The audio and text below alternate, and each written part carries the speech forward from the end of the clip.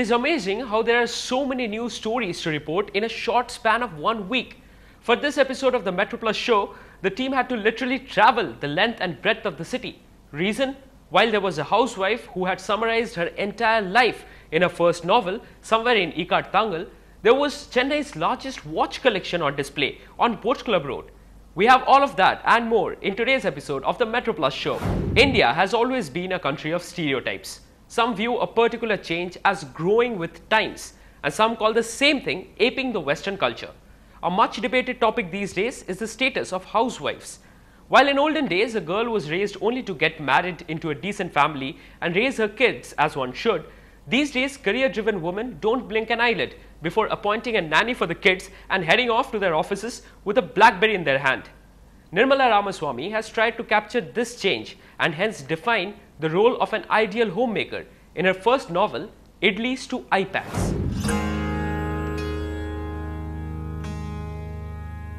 Nirmala Ramaswamy, the author of a book that, put simply, tries to understand the status of a housewife in today's world.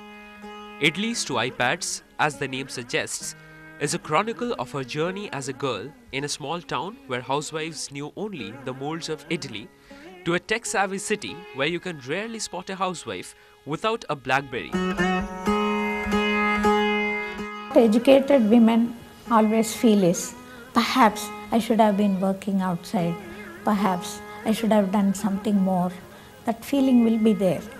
But I feel as a mother and a housewife, I was very happy taking care of my home and my children and entertaining friends, and sort of though I would think maybe I would have done better outside and all, but I think ultimately you should feel happy with what you are doing, and it's a great job.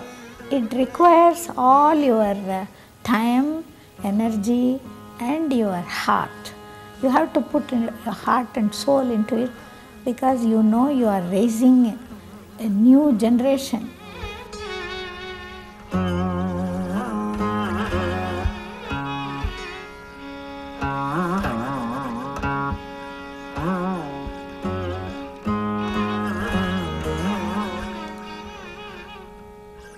Once a freelance writer, now the wife to a retired Air Force officer and the mother to two software engineers working in the States. Her normal life appears to be that of a recluse inside her kitchen, occasionally hovering around her bookshelf to immerse herself in literature. Behind this veil is a woman who is an avid painter, and her oil paintings on canvas are hard to distinguish from her professionals. Nirmala has held many exhibitions of her work before and winces at the common notion that housewives are unproductive.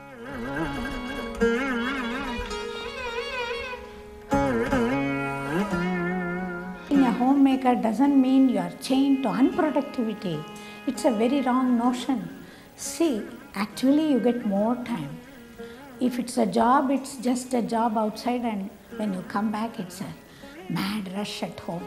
Whereas I had so much time to pursue my interests, my hobbies, whatever I wanted to do. I could paint, I could do tanjore, I could do batik, I could attend classes in between, and I have done all these arts and crafts exhibition, and I have had a flower arrangement exhibition, I have been reading, I have been writing.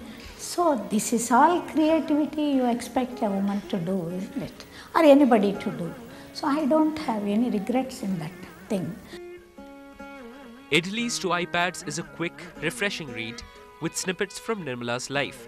Although she strictly maintains that the book is not autobiographical, the narrative is something that any housewife would relate to. Another striking feature of this book are the illustrations, all sketched by Nirmala herself. In a nutshell, Idlis to iPads defines a model housewife quite nicely. Idlis to iPads symbolizes many things. See, from my grandmother's generation, she didn't go to perhaps beyond class 1. From that, we have come to graduating, post-graduating. I have done my post-graduation after marriage also, and I was exposed to this diversity of this nation, which was such a learning experience. Otherwise, I would have been a frog in the well.